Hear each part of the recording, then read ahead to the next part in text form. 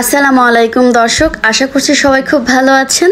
আজ আমি আপনাদের সাথে পুরোনো দিনের একটা রান্না শেয়ার করব, লাল শাক দিয়ে মাছ রান্নার রেসিপি। আগেরকার দিনে নানি দাদিরা অল্প কিছু মশলা দিয়ে যেইভাবে রান্না করত, আজ আমি সেভাবে আপনাদেরকে রান্না করে দেখাবো। অল্প মশলা দিয়েও যে মজা করে রান্না করা যায়, এই রেসিপিটা না দেখলে একদমই বুঝবেন না। যদি স্কিপ না করে পুরো ভিডিওটি দেখবেন, আশা করছি ভালো লাগবে। ভালো লাগলে একটা লাইক দিয়ে দিবেন। তাহলে রান্নায় চলে যাচ্ছি। কড়াইতে তেল দিয়ে পেঁয়াজ মরিচটাকে ভেজে নিচ্ছি। পেঁয়াজ মরিচটা যখন একটু বাদামি কালার হয়ে আসবে, তখন এর ভেতরে আমি পানি দিয়ে দিচ্ছি, যাতে করে পেঁয়াজটা পুড়ে না যায়। এবার মশলা দিয়ে দেবো, একদম সিম্পল কিছু মশলা দিয়ে দিচ্ছি। শুরুতেই লবণ 1 চা চামচ, আর দিয়ে দিচ্ছি হলুদ 1 চা চামচ, মরিচের গুঁড়া দিয়ে দিচ্ছি 1 চা চামচ। এবার সবগুলো উপকরণ একটু কষিয়ে নিব। যখন মশলার ভেতর থেকে তেল ছেড়ে দেবে, তখন এর ভেতরে দিয়ে দিচ্ছি লাল শাক। লাল শাকটাকে আমি কেটে তারপরে ধুয়ে নিয়েছি। লাল শাকটাকে ভাজির মতো কেটে নিয়েছি, আপনারা চাইলে কুচিও কেটে নিতে পারেন। এবার একটু নেড়ে চেড়ে তারপর ঢাকনা দিয়ে ঢেকে দিব। এ পর্যায়ে চুলা রাসটাকে মাঝারি করে রাখতে হবে। দেখতেই পাচ্ছেন লাল শাকটা নেতিয়ে পানি ছেড়ে দিয়েছে।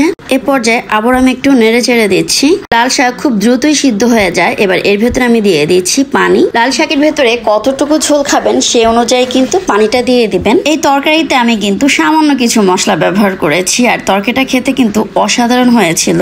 এ পর্যায়ে লবণটা কিন্তু একটু চেক করে নিতে হবে। এবার এর ভেতরে দিয়ে দিচ্ছি ভেজে রাখা মাছ। এখানে আমি কালীবাউস মাছটা নিয়েছি। আপনারা চাইলে যে কোনো ধরনের মাছ দিয়ে এই রান্নাটা করতে পারেন, আবার চাইলে শুধু মাছের মাথা দিয়েও লাল শাকটা রান্না করতে পারেন, সেক্ষেত্রেও অনেক ভালো লাগে। চুলা রাসটাকে বাড়িয়ে দিয়ে 5 মিনিট আমি ফুল আঁচে লাল শাকটাকে রান্না করে নিয়েছি। এর বেশি আর আমি লাল শাকটাকে জাল করব না, এতে করে লাল শাকের কালারটা একদমই নষ্ট হয়ে যাবে।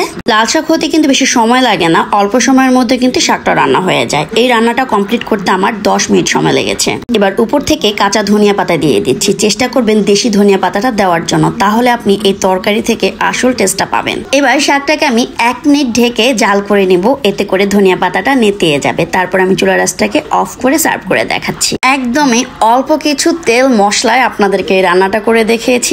আগের যুগে নানি দাদিরা কিন্তু অল্প তেল মশলায় রান্নাটা সেরে নিতেন। একবার হলো বাসায় এইভাবে অল্প তেল মশলায় রান্না করে দেখবেন, আশা করছি খেয়ে অনেক মজা পাবেন। আমার বাচ্চারা তো এই রেসিপিটা খুবই পছন্দ করেছে, আর আমার হাজবেন্ড তো কথাই নেই, বললো যে অনেকদিন পর ভালো একটা রান্না খেলাম। আশা করছি আমার রেসিপিটি আপনাদের কাছেও ভালো লেগেছে। ভালো লেগে থাকলে বলবো একটা লাইক, কমেন্টস এবং শেয়ার করে দিবেন। আর যারা আমার চ্যানেলটি এখনো সাবস্ক্রাইব করেন নাই, সাবস্ক্রাইব করে আমার পাশেই থাকবেন। আজ এ পর্যন্তই। কাল আবার চলে আসবো নতুন আরেকটি ভিডিও নিয়ে। সে পর্যন্ত সবাই ভালো থাকবেন, সুস্থ থাকবেন। আল্লাহ হাফিজ।